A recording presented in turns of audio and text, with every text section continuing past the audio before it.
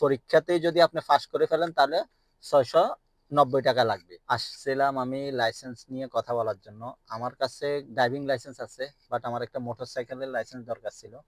তো এটার জন্য কথা বলতে আসলাম। তো এখানে এসে একটা জিনিস জানতে পারলাম, সেটা হচ্ছে কি আপনার লাইসেন্সের ব্যাপারে, মানে কি কি লাগতেছে। যারা নতুন লাইসেন্স বানাবেন তাদের জন্য বিষয়টা জরুরি, এই জন্য ভিডিওটা করা।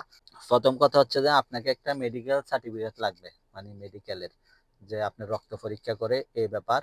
অ্যাপ শেয়ারে ঢুকে আপনাকে একটা টাইম নিতে হবে, মানে যেটা বলেন ওইটা নেওয়া লাগবে। নেওয়ার পরে আপনি যে সময়টা আপনাকে দিবে ওই সময় এখানে এসে ওইটা দেখায় আপনি ভিতরে যাবেন।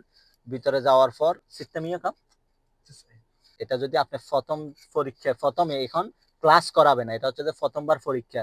পরীক্ষাতেই যদি আপনি পাস করে ফেলেন তাহলে 690 টাকা লাগবে।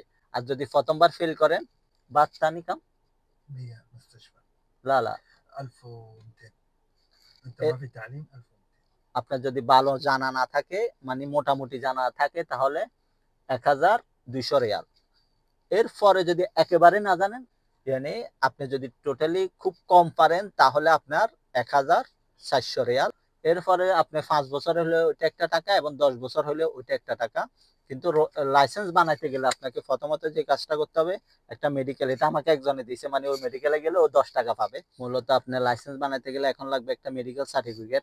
এরপরে আপনি অ্যাপ শেয়ারে ঢুকে একটা টাইম নেবেন। টাইম এটার পরে আপনি ফিজিক্যাল একটা পরীক্ষা দিবেন। ফিজিক্যাল পরীক্ষা দেওয়ার পরে যদি আপনি পাস করেন আপনাকে 2 দিন কম্পিউটারে অনলাইনে ট্রেডিং করাবে। এর পরেই অনলাইনে আসা লাগবে না। এরপরে কম্পিউটার পরীক্ষা, কম্পিউটার পরীক্ষা পাস করলে আপনি 5 বছর আর 10 বছর যেটা নেন না কেন আপনি ওই টাকাটা পেমেন্ট করে লাইসেন্সটা নিয়ে ফেলতে পারেন।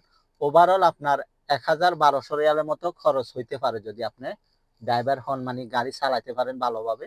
মানে প্রথম ধাপে হলে 1200 রিয়ালের মধ্যে আপনার লাইসেন্স হয়ে যাবে। আশা করি যারা নতুন লাইসেন্স বানাবেন তাদের জন্য ভিডিওটা খুব কাজে আসবে। ধন্যবাদ।